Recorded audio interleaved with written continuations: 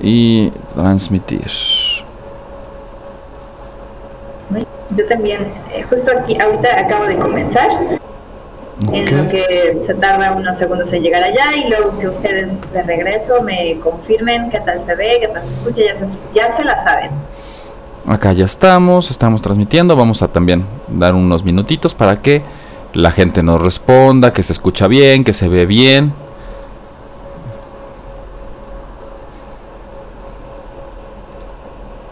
Sí, tal vez algunos quienes a lo mejor no hayan visto los cartelitos o el evento digan, oh, mira, otra persona, ¿quién será esa mujer que los está acompañando? Tenemos una invitada especial, les va a encantar. Tenemos ahí 2 que 3 invitados, bueno, no, ¿cómo se dice? De público asiduos, ¿no? Que constantemente nos acompañan en los cafecitos. Entonces, a ver si se preguntan, hay una persona nueva.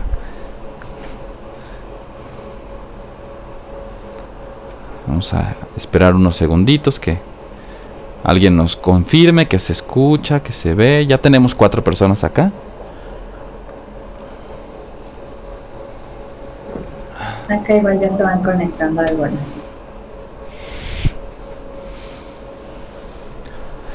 Aprovecho para agradecer a todos los que ya nos confirmaron acá. Eso, muy bien, muchas gracias. Todos los que nos escuchan, todos los que nos ven, gracias por seguir acompañándonos. Los que sea su primera vez que nos están viendo, pues muchas gracias por acompañarnos esta noche. Espero que sea de su placer y su disfrute. Y bueno, invitar como siempre a todas las personas que nos acompañan. Si les gusta lo que estamos haciendo, pues invitarlos a que nos compartan, ¿no? Que compartan los cafecitos, que compartan los flyers, porque bueno, Facebook cada vez se pone más exigente y otra vez nos volvieron a bloquear. Entonces pues ojalá que nos ayuden para que esto pueda seguirse haciendo difusión y la gente quiera pueda seguirse enterando, ¿no? De este proyecto que estamos haciendo. Ya tenemos aquí 4 personas. Dime. Lo que yo estoy viendo en tu transmisión es que si se podía centrar un poquito más, porque casi no se ve el rostro de Dulce. Centrar. Sí. Ya vi.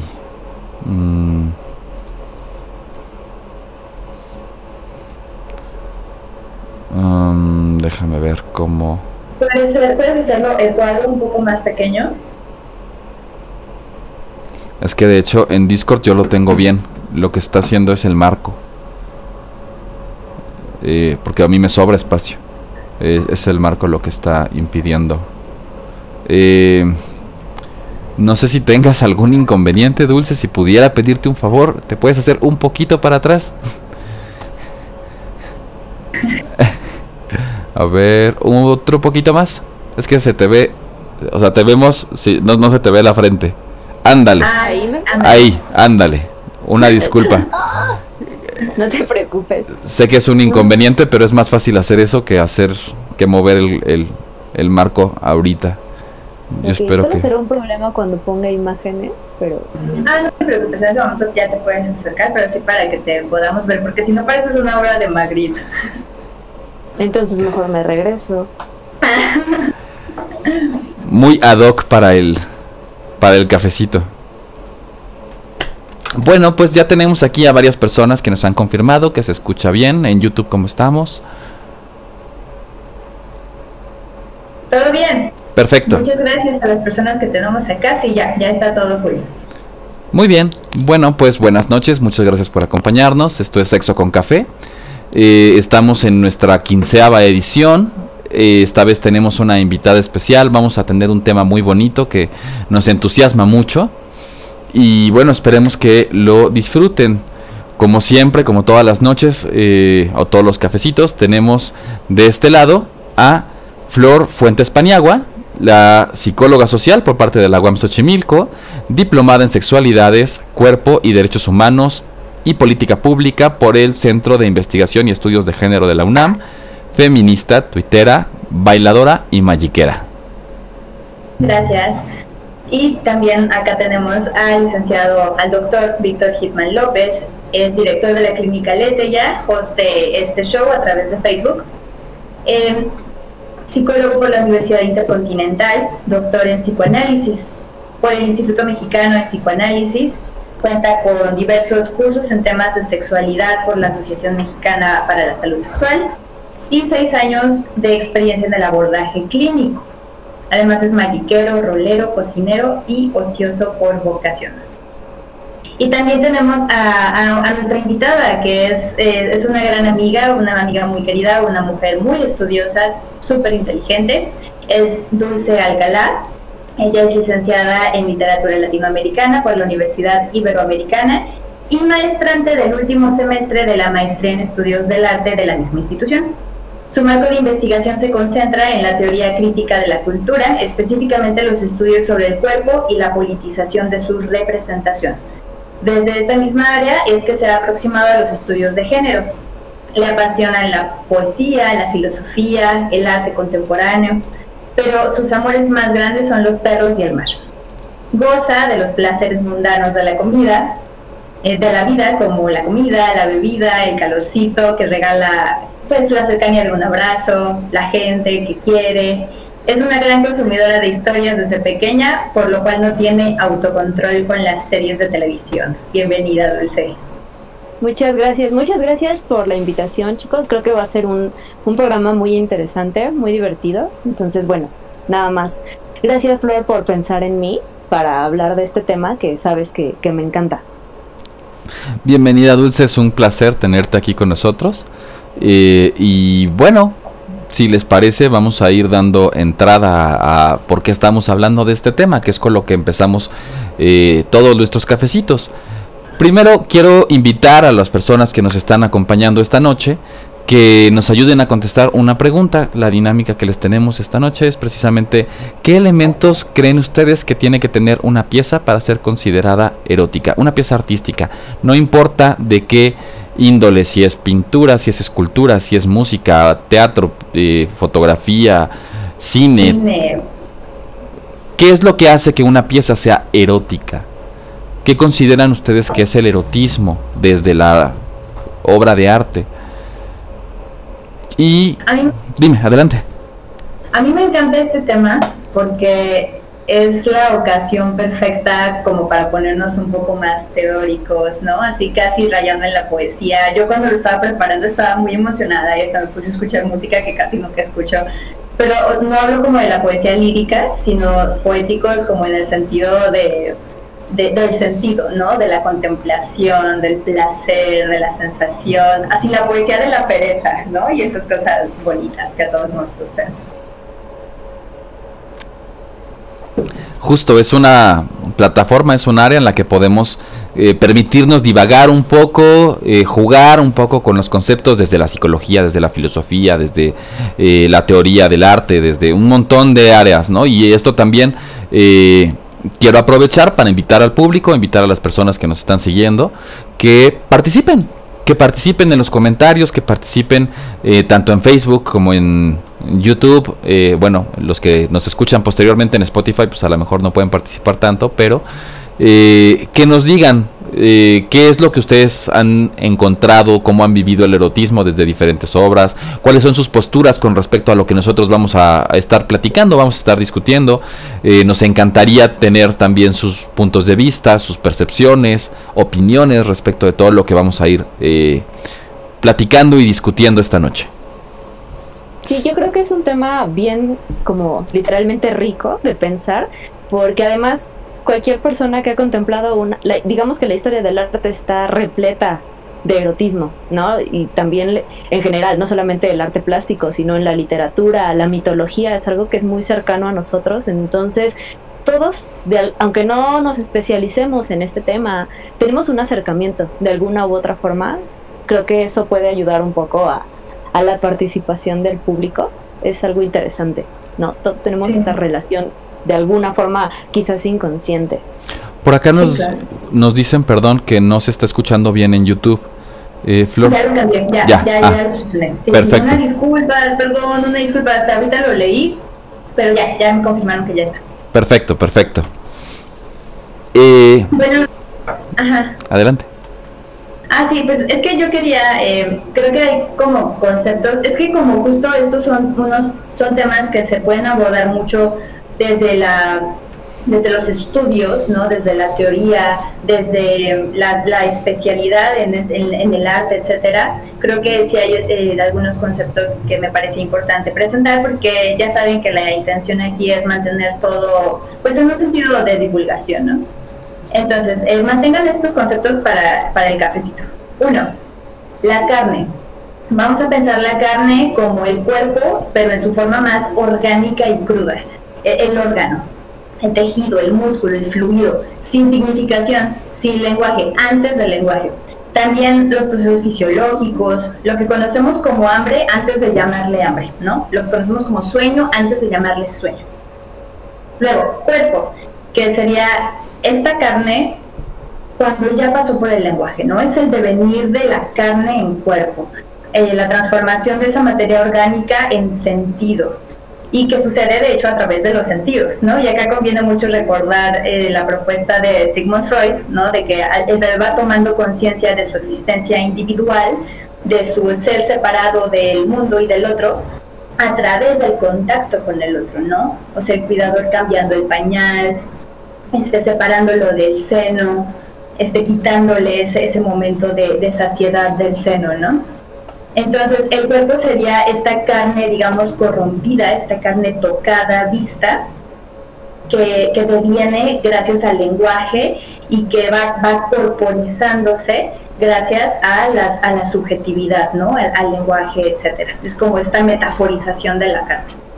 Y el sexo, lo sexual, que ustedes, sobre todo si ya han visto estos cafecitos, pues es esta parte, pensémoslo en este momento así como algo más acotado a lo genital, al intercambio, ¿no? de actividades sexuales, el terreno del placer sexual. Entonces, nada, ¿no? Esos conceptos que yo quería presentar. ¿Ustedes qué piensan? Esto sería de alguna manera estándar. Perdón. Adelante. Yo creo que estos conceptos que marcas son fundamentales justamente para poder empezar a trazar la diferencia entre el sexo y el erotismo, ¿no? Es decir, el sexo con fines de reproducción y el erotismo como aquella contemplación, aquel como extrañamiento de la sexualidad. Y me hace pensar también un poco en algunos conceptos, aprovechando que sacaste esta idea como de los conceptos de Derrida y de Jean-Luc Nancy, ¿no? Ellos hablan me parece muy interesante cómo tiene una frase muy bella, Nancy, que habla acerca de la palabra, digamos, es posterior a la carnalidad del beso, ¿no? Es decir, el uso primario, primitivo, que tiene la boca es el de besar, el de tener un contacto con un otro y al mismo tiempo tocarse a sí misma a la hora de besar. Cuando besamos al otro y nos besamos a nosotros, o bueno, no nos vemos a nosotros, sino hay un contacto con nuestra propia piel. Y al mismo tiempo me recuerda un poco esta idea de la desterritorialización de Deleuze, ¿no? Hay esta intención de la función primaria de la boca antes del lenguaje, antes de su función social, tiene que ver con el comer. Simplemente estos instintos como estrictamente animales, si se quiere, y entonces valdría la pena pensar o plantear la pregunta sobre si el erotismo ya conlleva una socialización, ya conlleva una subjetivación, ¿no? Claro, sí, claro, que esto nos lleva a la pregunta obligada de qué es el erotismo, ¿no? Y cuál sería la diferencia, si es que hay una, y cuál sería entre erotismo y sexual, ¿no? O erotismo y sexualidad. Me están diciendo de otra cosa de YouTube. ¿Me pueden confirmar si ya me escucho yo? Porque al parecer ya se escuchaba, pero yo me dejé de escuchar. ¿Me pueden confirmar, por favor? Vamos a ver si por acá nos confirman. En YouTube no sé si te puedan también confirmar. Aquí estoy al pendiente. Si alguien nos confirma si ya te escuchas en esa plataforma, que se escuchen los tres o que no escuchemos los tres. Sí, ya está. Perfecto. Que sí. Ok. Ok, bueno, creo que respectivo, ¿no? A estos puntos que estamos estableciendo, es importante estandarizar. Estandarizar funciona para que sepamos de qué estamos hablando, ¿no? Desde qué marco teórico, desde dónde estamos refiriéndonos. Por supuesto que el concepto de sexualidad puede abarcar muchísimas cosas, el concepto de erotismo, el concepto de igual esta alusión que comentabas ahorita, Flor, sobre la función de la integración del individuo, ¿no? Ya de este momento en el que el bebé necesita de otra persona y entonces reconoce la otredad y reconoce que hay una interacción con otra persona o con otro ente, que conforme va desarrollándose psíquicamente va reconociendo también su incapacidad o su vulnerabilidad en términos de yo no me puedo propiciar este tipo de satisfacción, de placer, de etcétera. Y que bueno, ahorita que mencionabas a Freud, un punto muy interesante es que es esta línea la que posteriormente nos lleva en Tótem y Tabú, ¿no?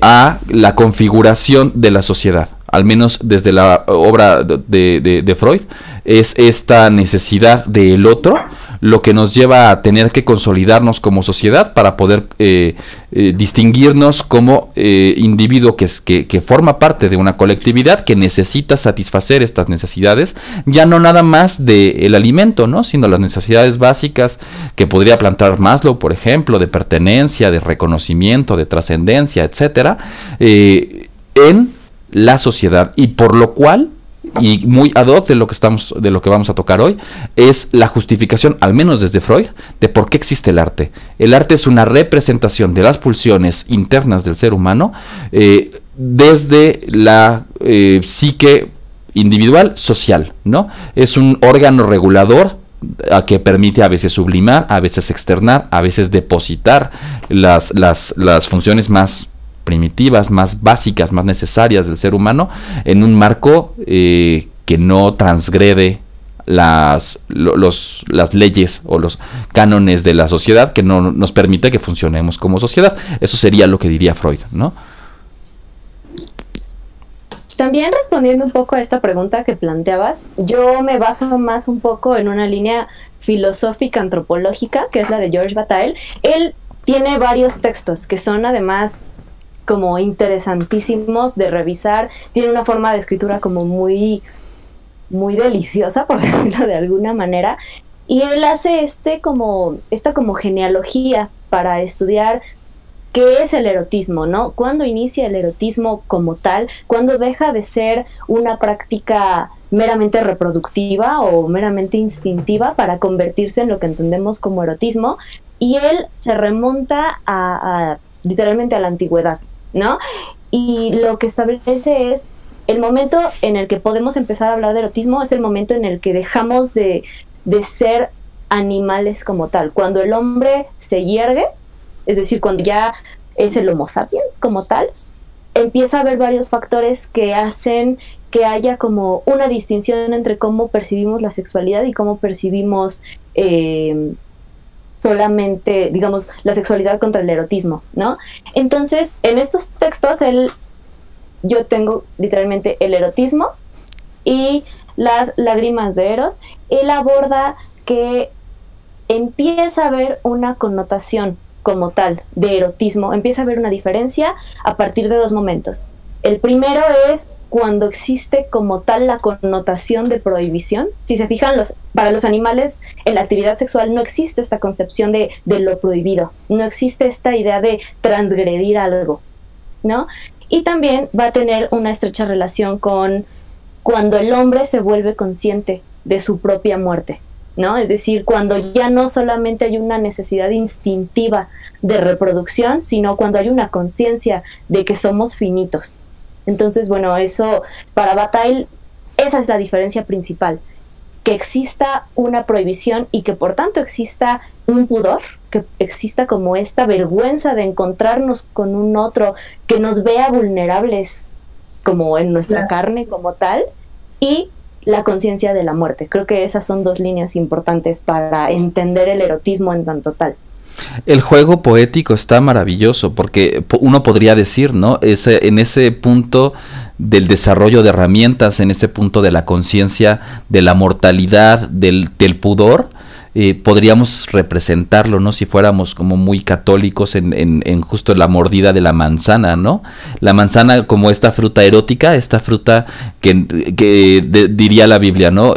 Fue el momento en el que tomaron conciencia de sí mismos y que supieron que estaban desnudos. Ese están desnudos es el pudor, es el tengo algo, porque además en el cambio depende, ¿no? Hay unos antropólogos que siempre se me olvida cómo se llaman, los autores de el libro de la cadera de Eva, que justamente no lo platicábamos en una plática que tuvimos previamente, el cambio de la postura, de la posición al momento de la relación sexual, que justamente los veníamos de tener relaciones como todos los demás mamíferos, ¿no? Montados, conocido como la posición de perrito, y al momento en que viene la adaptación de la cadera, ¿no? En el Homo erectus, es justamente a partir de que la relación pasa de ser uno a espaldas del otro a ser uno frente al otro, ¿no? Y entonces aquí la relación ya es confrontacional, ya es violenta, ya es agresiva y ya te estoy viendo, y como te estoy viendo, eso implica tú me estás viendo a mí.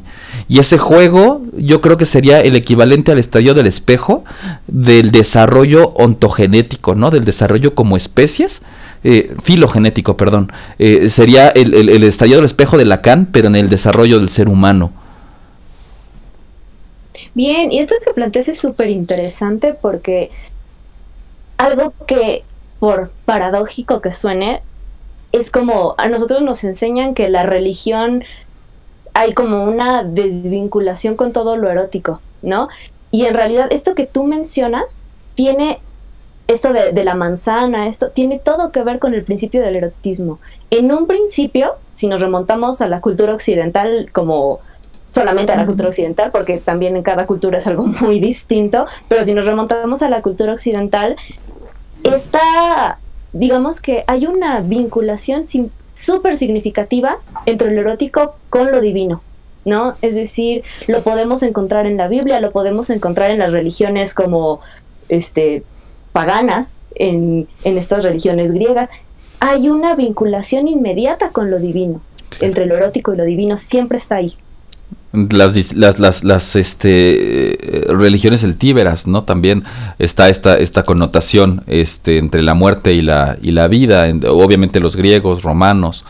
Estaba pensando, no sé si en las mesoamericanas, pero bueno, habría que ver, ¿no? Habría que revisar. Pero es un elemento que conjuga mucho y que posteriormente va a ser retomado por múltiples escuelas. Todas las escuelas psicoanalíticas van a partir desde estas dos pulsiones, ¿no? La pulsión de Eros y la pulsión de Tánatos. Habrá quienes las retomen con otros nombres, habrá quienes las configuren desde otra postura, otra posición, pero es esta dicotomía, este contrabalance. Me parece que hay un cuento hermosísimo, creo que se llama Los dos lobos, una cosa así, de los antiguos norteamericanos, de estas tribus indias que poblaban Norteamérica antes de la colonización, que contaba la leyenda, ¿no? Dentro de cada uno de nosotros existen dos lobos, uno que purga por el bienestar, por el desarrollo, por la convivencia, por la creación, otro que busca la destrucción, la agresividad, la violencia, y entonces se supone que este cuento es mucho más largo, ¿no? Pero lo estoy resumiendo mucho. Lo cuenta uno de los sabios de la tribu, y entonces se acerca a uno de los pequeños a decirle: oiga, sabio, gran jefe, ¿no?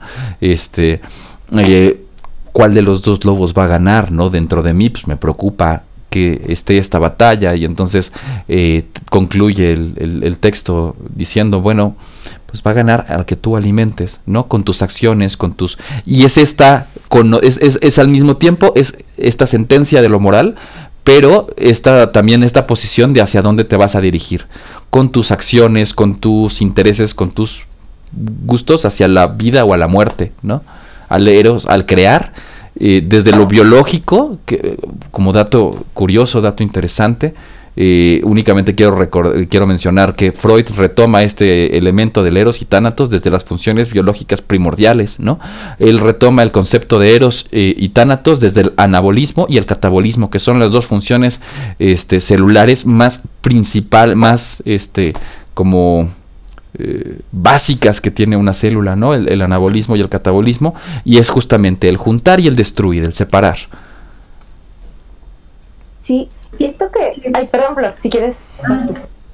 Sí, es que fíjate que recuerdo que cuando estábamos planteando esto de la diferencia entre lo sexual y erótico, etcétera, yo estaba platicando con una amiga que es escritora hace tiempo, y justo yo le hacía la pregunta, hablábamos de qué se requiere en un texto para que sea considerado como un texto erótico, tanto tú como escritora, como tú como lectora, ¿no?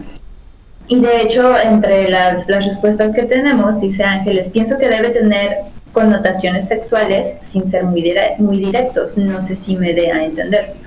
Y con esta amiga, ella me decía, pues es que yo creo que sí, de pronto sí tienes que decir vulva, de pronto sí tienes que decir penetración, pene, etcétera. Pero ¿qué tal si te quieres poner un poco más poético, ¿no? Y quieres leer algo un poco más poético, que de todas formas siga haciendo referencia al acto sexual. Y de hecho yo creo que yo siempre así desde que la vi por primera vez hace quién sabe cuántos años, la he considerado una escena súper erótica del cine. Es esta primera escena de los primeros 5 minutos de Amélie. De Amélie le gusta meter la mano en el saco de semillas, le gusta romper la capa dura del crème brûlée, ver la iluminación de los rostros en el cine, lanzar piedras, ¿no? Y ves cómo agarra la piedra y la siente a ver si es lo suficientemente lisa para que rebote en el río. Esta escena se me hace de lo más erótico que hay en la vida y no es una connotación sexual, ¿no? Sí, esto que mencionas es bellísimo y además es súper interesante. Voy a proyectar algunas imágenes como para que podamos como desmenuzar un poquito estas ideas desde el arte mismo, ¿no? Porque también es como importante tener ese referente visual. Esto que mencionas, yo creo que parte fundamental de lo que es el erotismo como tal. Ay, espérenme, déjenme encuentro la presentación.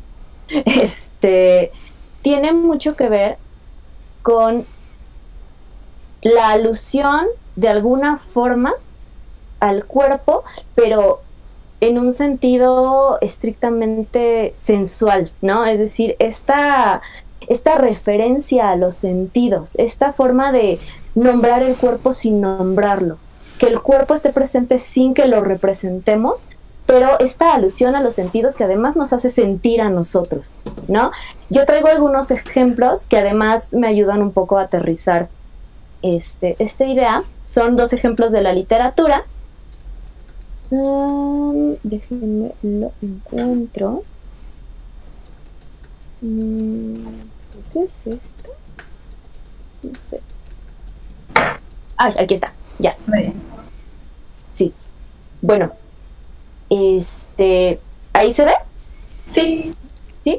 Bueno, recupero algunas de estas imágenes porque me parece que en ellas se logra captar esta esencia de lo que es lo erótico, ¿no? Por ejemplo, en esta imagen de André Masson, perdón, no alcanzo a ver, en esta imagen hay una alusión al cuerpo. Si nos ponemos a ver como de una forma más directa, sí vemos que hay como tal penetración, es casi una cosa orgiástica, pero hay una concepción del cuerpo como no vemos los cuerpos aislados, ¿no? Sino que es el cuerpo como el cuerpo en esta obra es el cuerpo de todos. Y eso también tiene mucho que ver con esta idea de Bachelard de que el principio del erotismo, que se fundamenta en esta relación entre Eros y Tánatos, es la idea de que somos seres discontinuos y que en el acto erótico buscamos regresar a esa continuidad primaria, ¿no? Es decir, cuando nosotros antes de nacer estamos con nuestra madre, somos unos con ella.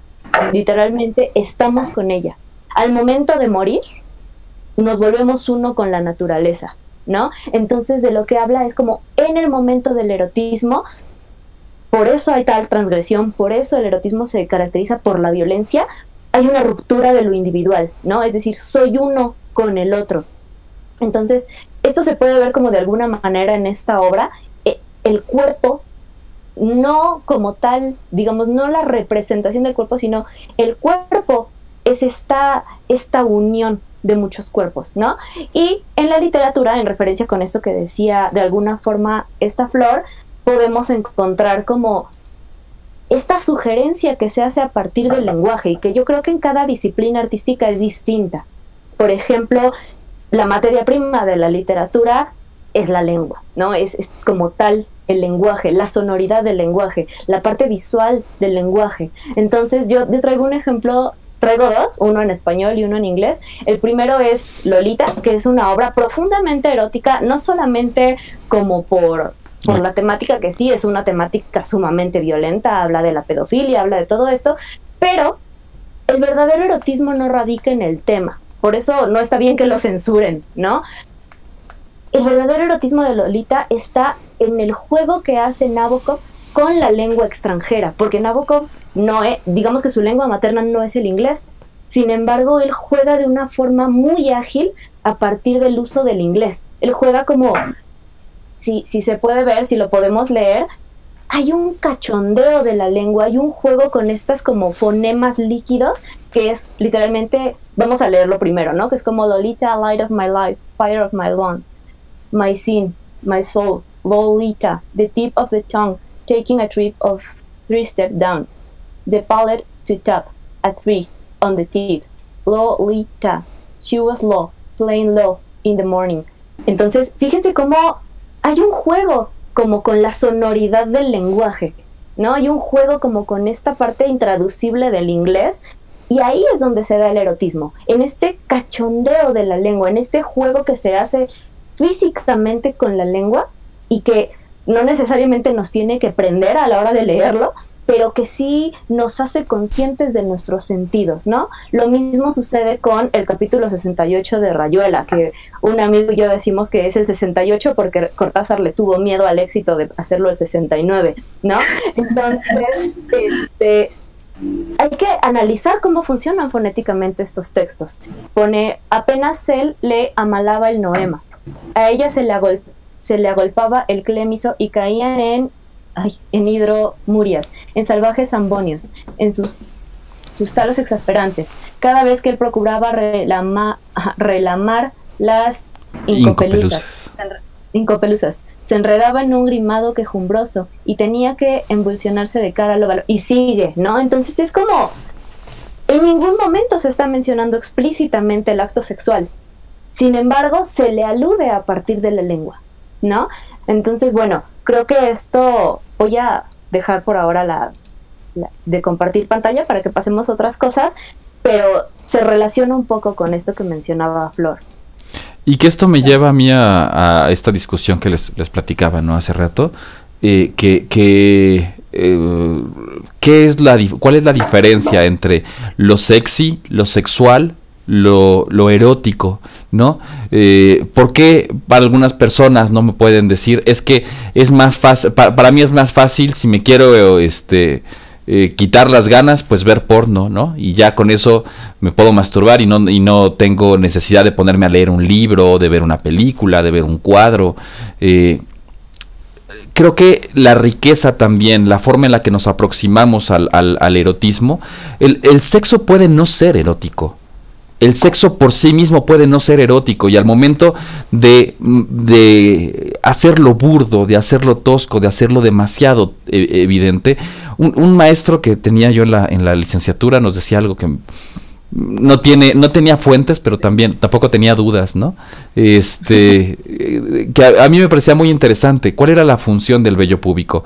Bueno, desde la parte biológica todos lo sabemos, ¿no? Es para proteger, es para evitar ciertos contagios, cierta enfermedad, lo que quieran, pero hay una función también de por qué la oscuridad que se genera con el vello. Es para llamar la atención, es para focalizar la atención. Si uno ve un cuerpo desnudo, el resto del cuerpo pasa casi desapercibido, es todo el mismo color. Sin embargo, cuando uno se acerca a la vulva, cuando uno se acerca al pene, el vello resalta el área. Es como si tuviéramos una flecha roja diciendo voltea para abajo, ¿no?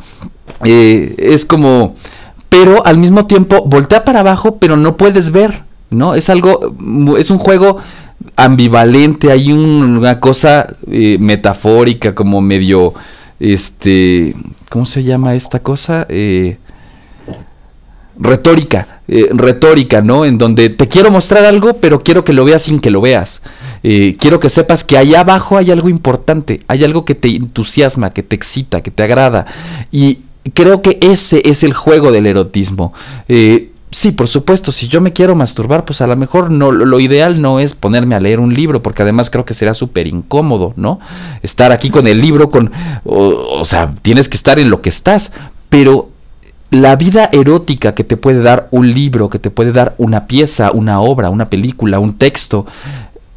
Por ahí me decían, pues la verdad es que yo nada más me acerco a la obra erótica para saber ligar. Bueno, ese es un conato de vida erótica. Un conato, porque podrías tener una vida erótica mucho más ancha, mucho más amplia. Que lo quieras reducir a eso es tu elección, ¿no? Pero la posibilidad es enorme. Y esto llevado ya al acto sexual, a la sexualidad, a cómo se vive la sexualidad, que es algo que hemos tocado en muchas ocasiones, ya no desde el acto meramente de penetración, ¿no? No me voy a focalizar en el orgasmo, en la penetración, y lo único que me importa de la sexualidad es eso, que eso es lo que vende la pornografía, ¿no? La penetración, el orgasmo y punto. En cambio, el erotismo es la caricia, es el color, es los sentidos, es voy a atascarte desde todas las formas posibles. Una película que alguna vez nos decían, una maestra también, que era sumamente erótica y que sin embargo no tiene nada que ver con relaciones sexuales, es La Princesita, ¿no? Esta película de Disney que está cargada de colores, cargada de escenas con comida, con otra de ellas es El Festín de Babette, que también tienes, toda la película es de cómo está preparando la comida, cómo la corta, cómo dispone la mesa.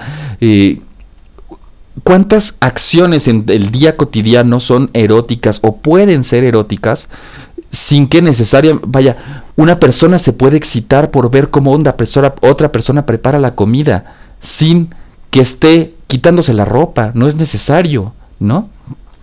Creo que y lo sexy, ¿no? Lo sexy es lo que nos vende Hollywood. Lo sexy es ver a Megan Fox en película de Transformers, ¿no? Es un liguero, es la lencería roja. O el trasero de Capitán América, o ver al hombre desgarrándose la playera. Eso es lo sexy, es lo burdo, lo tosco, lo franco. Que sí puede ser, sí te prende, pues, pero creo que hay una diferencia justo en la vitalidad que te transmite estos escenarios, ¿no? Sí, y creo que esto que ay, no me escucho en eco.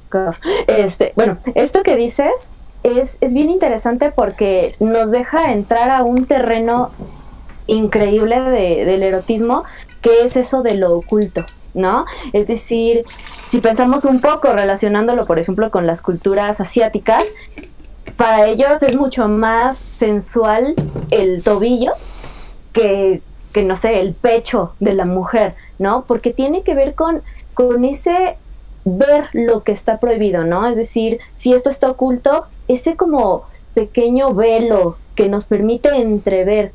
Lo erótico no radica en mostrar los órganos sexuales como tal. Lo erótico radica en develar aquello que está oculto, ¿no? Y justamente tiene que ver con esta idea de la que hablaba Tyle, que es como en el erotismo necesariamente hay violencia, pero ojo que no está haciendo una apología a la violación, para nada, sino está diciendo, tiene que ver con una transgresión de lo establecido, tiene que ver con una transgresión de lo que nos imponen, y en ese sentido se relaciona fuertemente con la vitalidad, ¿no? Se relaciona con esta idea, yo pienso, bueno, no lo pienso yo, lo dice Bataille, en Dionisios, ¿no? Es decir, esta relación que existe con la vida, con la muerte, no podemos dejar de pensar en el dios Dionisio, que es el dios del vino, el dios de esto, pero también es el dios de la fiesta, es el dios que transgrede como eso que no se permite, que no permite como la religión en general, no solamente en el cristianismo, en la fiesta es permitido, ¿no? Es decir, estas bacanales, las fiestas dionisíacas para ellos, los bacanales para ellos, es literalmente todo aquello que no estaba permitido. La cultura griega era muy pulcra, ¿no? Entonces ellos tomaban su vino siempre rebajado en agua, ¿no? Era como una tercera parte era vino y lo otro era agua, porque no podían estar ebrios por sus como valores estéticos y por lo apolíneo, morales. Lo apolíneo, ¿no? Que era justamente esta otra parte. Sí, de alguna manera, ¿no? Pero en Dionisio lo que hay es en la fiesta todo está permitido. En la fiesta todo eso que no nos dejan hacer se transgrede y entonces nos podemos embriagar. Y entonces son las tragaderas impresionantes, ¿no? Estas como super orgías que hacían en las bacanales. Pero tiene que ver justamente, el interés está en que no solamente hay una permisión de lo prohibido, sino que hay una connotación religiosa, ¿no? Es decir, va a tener un motivo de celebración y de asociación con lo divino. Y eso es algo bien interesante, que no solamente está en los griegos, también es el carnaval dentro del cristianismo, ¿no? Es todo lo que se viene antes de la cuaresma. Es bien interesante. Sí, sí, claro. Ahorita que estaban diciendo entre esto de lo oculto, ¿no? Recordé esta escena de Belleza Americana de los petalitos, ¿no? O sea, se abre la blusa, lo que sea, pero no se ve el cuerpo, ¿no? Se ven los pétalos y es el deseo, es la ilusión. Y entonces ya cuando sucede que la tiene así y le desabrocha, pues no salen pétalos, ¿no? Porque ya no hay ilusión, ya no hay esa expectación de lo velado, ¿no? De lo que no puedo ver. Y me gustaría como regresar a esto como de la vida y la muerte y todo eso, propiamente entre la relación eros-tánatos, que a mí se me hace interesante que no solo es la relación vida y muerte, ¿no? Sino va hacia otros dualismos que coexisten, que parecieran ser conflictivos, pero que realmente coexisten de formas muy armónicas, no tanto contradictorias como se podría pensar, ¿no? Como las pasiones así entre alegría, tristeza, amor, odio, placer, dolor, purificación y profanación, ¿no? En este mismo sentido de las connotaciones religiosas y del arte de los siglos XV, XVI, XVII. Y pues hay varios ejemplos que nos funcionan, ¿no? Por ejemplo, el éxtasis de Santa Teresa, ¿no? Voy a ver si les puedo compartir mi pantalla.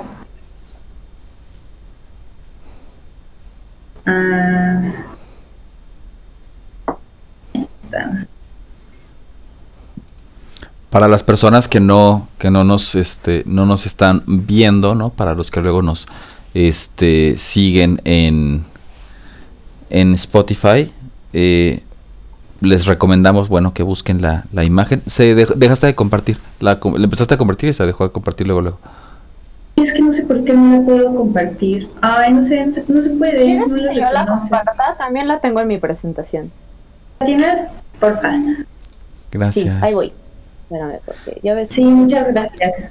Que bueno, pues, o sea, el éxtasis de Santa Teresa tiene un montón de lecturas desde varias, gracias, Dulce, disciplinas y pues momentos, etcétera. Pero sí es de Bernini, ¿no? ¿qué es Barroco. Pero bueno, el nombre Jan, no sé qué Bernini, bueno. ¿Jan Lorenzo? Lorenzo, gracias. Muchas gracias. Bueno, esa es así como la capilla, ¿no? Así, digamos, la obra completa y hay una lluvia dorada de iluminación.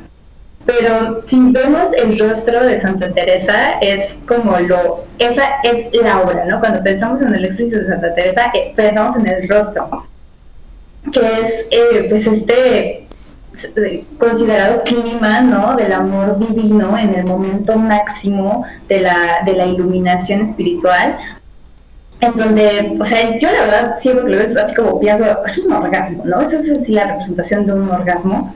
Pero pues también en diferentes lecturas, ¿no? En la composición pues alude al dolor espiritual pero también al placer corporal por la iluminación divina, ¿no? Confluidos, encontrados en un momento totalmente armonioso, ¿no? De una forma plasmada muy armoniosamente. Ya, Dulce, gracias. Sí, voy a dejarla porque también hay varias cosas que quiero relacionar. Esto que mencionas es bien interesante porque, sin duda, digamos que pensar en la relación vida-muerte dentro del erotismo, no podemos como disociarlas, ¿no? Es decir, están juntas. Literalmente tiene que ver con un ciclo, porque no existe la vida sin la muerte, ¿no? Y viceversa. Entonces, esto además tiene que ver como con... esta obra me hace pensar en Dionisio, me hace pensar en que Dionisio, además de ser el dios del vino, de la celebración, de la fiesta, es el referente para pensar en la locura, ¿no? Es decir, tiene que ver con ese salirse de sí, es ese estar fuera de sí, es ese como, literalmente, la locura significa eso, por eso ha sido tan censurada, porque es decirle no a la razón, y eso va a tener una connotación de endiosamiento, ¿no? Es decir, la conexión que existe entre erotismo y lo religioso o lo divino tiene que ver con un salir de estas puertas que cierran, que tiene lo racional, y entrar en un estado de éxtasis, entrar en un estado de pues de endiosamiento, ¿no? Estar en contacto con el Dios, y de ahí viene esta relación también erótica. Y al mismo tiempo, por eso digo que no podemos pensarlo de forma aislada, porque tiene todo que ver con la muerte, ¿no? Es decir, el erotismo de la muerte también radica en que en la muerte, digamos que nos encontramos en un estado más allá de lo físico, nos encontramos en un estado como que se rompe con estas como barreras de lo estrictamente mundano, pero además lo que van a apreciar en cierta forma dentro del arte, o lo que vamos a encontrar en cierto arte erótico, tiene que ver con ese instante antes de la muerte, ¿no? Es decir, ese instante de abandono de sí. Y bueno, está presente, por ejemplo, en esta imagen del suplicio chino, que sin duda ¡ay! ¿Sí se ve lo que estoy proyectando? Sí, se ve bien, se ve bien.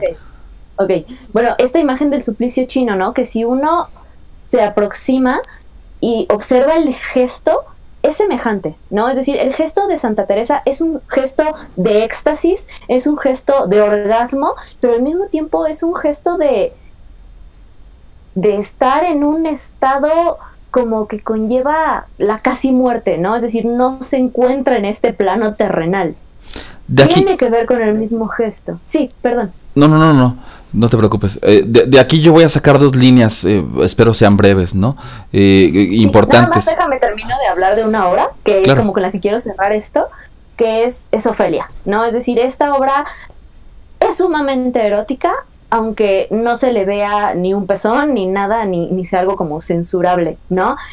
¿Por qué? Porque justamente retrata ese instante de ese enloquecimiento, de esa entrega total, que tiene que ver con el endiosamiento, que tiene que ver con Dionisios, pero que también tiene que ver con la muerte, ¿no? Nada más quería como cerrar con eso. Perdóname, Víctor, ahora sí. Sigue. No te preocupes, para nada. Justamente, ahora son tres líneas, ¿no? Ya la primera es esta parte de la mezcla, ¿no? Entre el dolor y el placer, esta convivencia entre el dolor y el placer, que en algunos lados pueden converger, por ejemplo, en el sadismo y en el masoquismo, ¿no?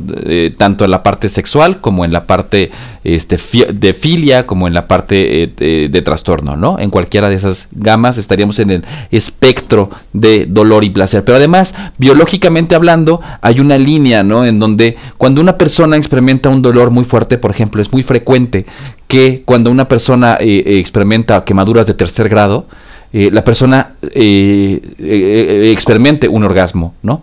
Y uno diría, pero ¿por qué? O sea, ¿la persona es masoquista o qué? No, espérame. Lo que pasa es que biológicamente, cuando uno experimenta sensaciones muy fuertes, muy intensas, y el cuerpo reacciona tan fuertemente a un estímulo tan intenso, se activan múltiples áreas sensoriales, tanto en el cuerpo como sobre todo en el cerebro. Entonces puede haber una combinación de señales en donde el cuerpo dice esto está demasiado intenso, entonces reacciona con todo lo que hay, ¿no? Es frecuente que se den este tipo de escenarios en donde una persona puede tener a lo mejor un no sé, un hueso roto o lo más el ejemplo es sobre todo con las quemaduras, ¿no? Que es algo prolongado, multifocalizado, no es un solo punto, sino hay varias áreas y el cerebro se ve bombardeado por señales que le dicen esto está muy intenso y responde, por ejemplo, con un orgasmo. Y otra es también la relación que tiene de esta intrapsíquicamente, ¿no? Es esta visión de lo más allá, el exceso, el placer total, el placer excedente, el placer de lo dionisiaco, el placer del volverme uno con el Dios, o de regresar al útero materno, o de tener el todo, ¿no? Que es la promesa de la muerte. ¿Qué es lo que hace tan erótica la muerte? Cuando estás muerto tienes todo, porque no tienes nada. Entonces, al tener, es ese juego de la carencia, del no poder tener un alimento a qué depositarle, que entonces es el éxtasis en toda su esplendor, ¿no? Lo poético también. Creo que hay imágenes bellísimas. Shakespeare hace cosas muy bonitas cuando describe a un muerto, ¿no? Cuando describe un proceso de muerte.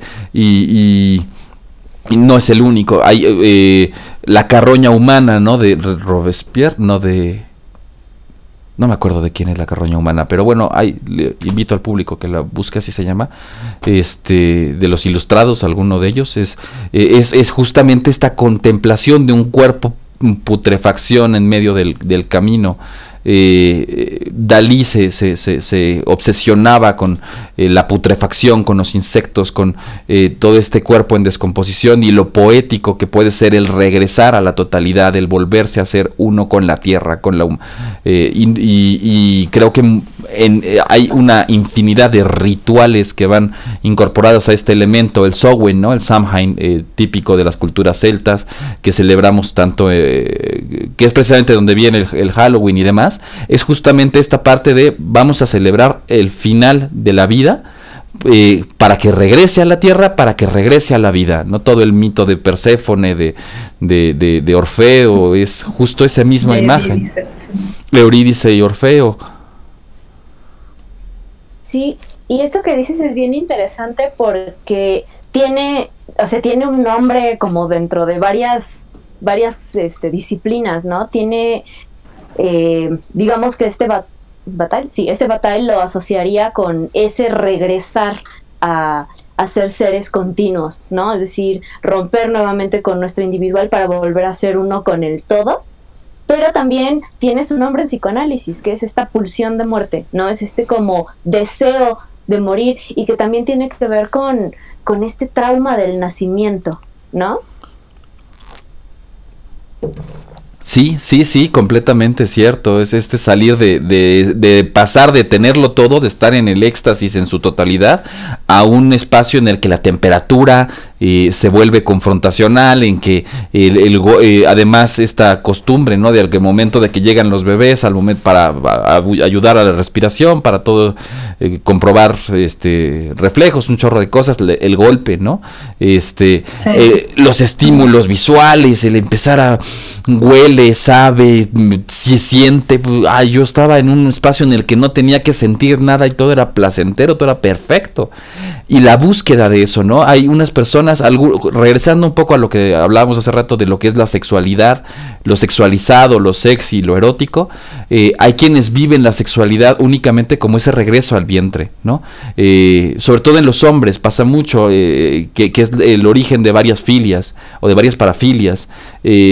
Yo lo único que quiero es estar de nuevo dentro del vientre, ¿no? La fantasía de volver a entrar dentro de la mujer, y ahí no hay erotismo para nada. Ahí lo único que hay es la búsqueda de quiero volver a estar dentro de la mujer, ¿no? Y es la razón por la que hay una fijación tan centrada en el coito, centrado únicamente en la penetración. Una vida cero erótica. Yo quiero formar parte de la mujer para volver a estar adentro, ¿no? Sí, bueno, algo igual me gustaría como ir cerrando para si hay preguntas irlas contestando, por si también ustedes quieren preguntar algo, gente que nos está viendo, lo vayan escribiendo mientras nosotros vamos cerrando por acá. Me remito a esto que decías tú, Dulce, de Lolita, ¿no? O sea, que es como temas muy controversiales y muy polémicos, y yo solamente quiero hacer mención de una recomendación para consumir contenidos en estos momentos de mucha censura y de mucha cancelación, etcétera. Cuando tengamos frente un contenido o una pieza erótica o sexual, ¿no? Y yo lo que les recomendaría sería, para esa contemplación, hacerse la pregunta: ¿qué es lo que vela u oculta la elegancia estética de una expresión artística, ¿no? O sea, solamente porque sea muy bonita o porque sea muy bien iluminada o muy estética o lo que sea, no vamos a dejar, digamos, de cuestionarla o de tratar de leer entre líneas. Y aquí creo que nunca sobra hacer mencionar las obras de Márquez de Sade, ¿no? En donde también justo encontramos esta convergencia de rasgos impensables, y en ese mismo sentido la revelación de la doble moral aristócrata, ¿no? Que disfruta jugar entre la mojigatería y la perversión. Y bueno, también dicho sea de paso, creo que no podemos irnos sin hacer la mención obligada de que las palabras sadismo y masoquismo tienen su origen en dos escritores, ambos aristócratas casi contemporáneos. Uno es el Marqués de Sade. Yo digo que ahí con que se lean Justine, Juliet y lo que aguanten de 120 días de Sodoma, y de Masoch, ¿no? De Leopold von Sacher-Masoch. Yo creo que allí pues la Venus de las Pieles, y esa es pues la obra, ¿no? Su obra maestra. Y también hay adaptaciones cinematográficas, la de Pasolini de 120 días, Solá, se llama Solá, o los 120 días de Sodoma, y la Venus de las Pieles de Roman Polanski. Esta de la Venus de las Pieles está en Prime, para que las vean. Son buenas, ¿no? Y nos preguntemos esto, ¿no? ¿Qué hay detrás de esta elegancia estética de las expresiones artísticas? Y bueno, para concluir o para dar un cierre a este maravilloso cafecito que de verdad me ha sido extasiante, invito, ¿no? Invitemos al público, los que tengan preguntas que quieren hacer. Por ahí nos hicieron algunas sugerencias, hubo un comentario, por ejemplo, nos recomiendan una canción, que sí, la ubico, es esta Amor Papaya de Caloncho, buenísima rola, justamente entra dentro de esta parte de hablar de lo sexual sin tocarlo, ¿no? Sin mencionarlo, con puras figuras, diríamos, ¿cómo se? Metafóricas, ¿no? Retóricas, gracias. Por ahí también hay varios reconocimientos a la maestra Dulce, que están muy extasiados de estar escuchando sus comentarios esta noche. Pero bueno, por aquí no hay algunas preguntas. Todas las preguntas que tengan que ver directamente con apoyos psicológicos y funcionamientos de la clínica, los invitamos, ¿no? A hacerlos de manera directa a la página de la clínica. Con mucho gusto abrimos un espacio para poderles responder, por respeto a ustedes, a su conflicto, y por respeto también a este espacio. No los vamos a responder, no los vamos a abordar por este medio. Tenemos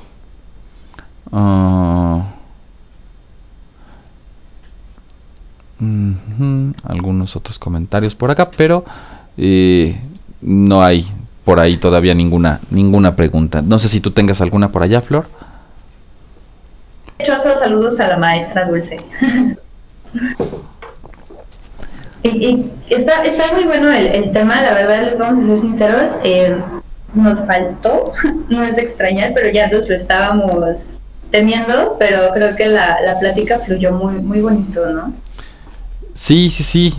Tenemos pendiente varios temas. Ojalá que podamos hacer un un segundo cafecito sobre este tema para poder abordar todo lo que nos quedó pendiente. Si la maestra tiene la posibilidad de acompañarnos, pues, sería un placer y un honor. Sí, con mucho gusto. Siempre es un placer regresar a donde uno fue feliz, ¿no? Entonces, con gusto. Gracias.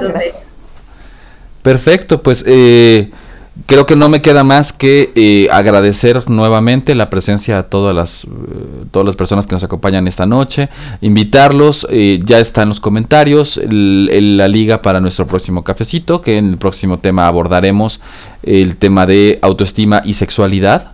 Es un tema muy interesante, es un tema bastante que tiene mucho que proveer, mucho que brindar. Esperamos que les guste. De nuevo, pues, invitarlos a que si les gusta nuestro trabajo, si les gusta este tema, nos ayuden a compartir los flyers, a ver los demás videitos, nos sigan en Spotify, estamos en todos lados, estamos en YouTube, estamos en Spotify, estamos en Instagram, estamos poco a poco estamos invadiendo las redes sociales para poder tener mayor alcance, ya que Facebook también nos limita con sus restricciones, pero bueno, hacerles estas invitaciones, agradecerles como siempre que nos acompañan esta noche. Muchísimas gracias a todos y a todas por su compañía y por acompañarnos en esta plática de un tema tan pasional, ¿no? Y tan entrañable, tan rico. Dulce, ¿hay algo que quieras decir, comentar? Pues nada más agradecerles a todos los que están ahí, agradecerles a las personas que me están mandando saluditos y agradecerles a ustedes, chicos, por invitarme. Sabe Flor, y ahora lo sabe Víctor también, que es un tema que me fascina, que me apasiona. Entonces, siempre se me pasa la hora rapidísimo, ¿no? Es como algo de lo que podríamos estar hablando por horas y no se agotaría. Muchas gracias por la invitación. Pues muchísimas gracias, nos vemos el siguiente, dentro de 15 días, que de hecho les tenemos una sorpresa, ¿verdad, Víctor? Para dentro de 15 días ya les estaremos dando un spoiler. Sí, ahí estaremos, esperemos que les guste, es una sorpresa, pues bueno, interesante, ya saben que nos gusta tenerlos consentidos y irles dando diferentes sorpresas conforme nuestras posibilidades lo permiten. Entonces, pues nos estaremos viendo en 15 días. Muchísimas gracias. Gracias, Dulce, por todo, por compartir tu conocimiento con nosotros. Muchas gracias, Dulce. Bueno, que tengan muy buena noche. Salud. Buenas noches y salud.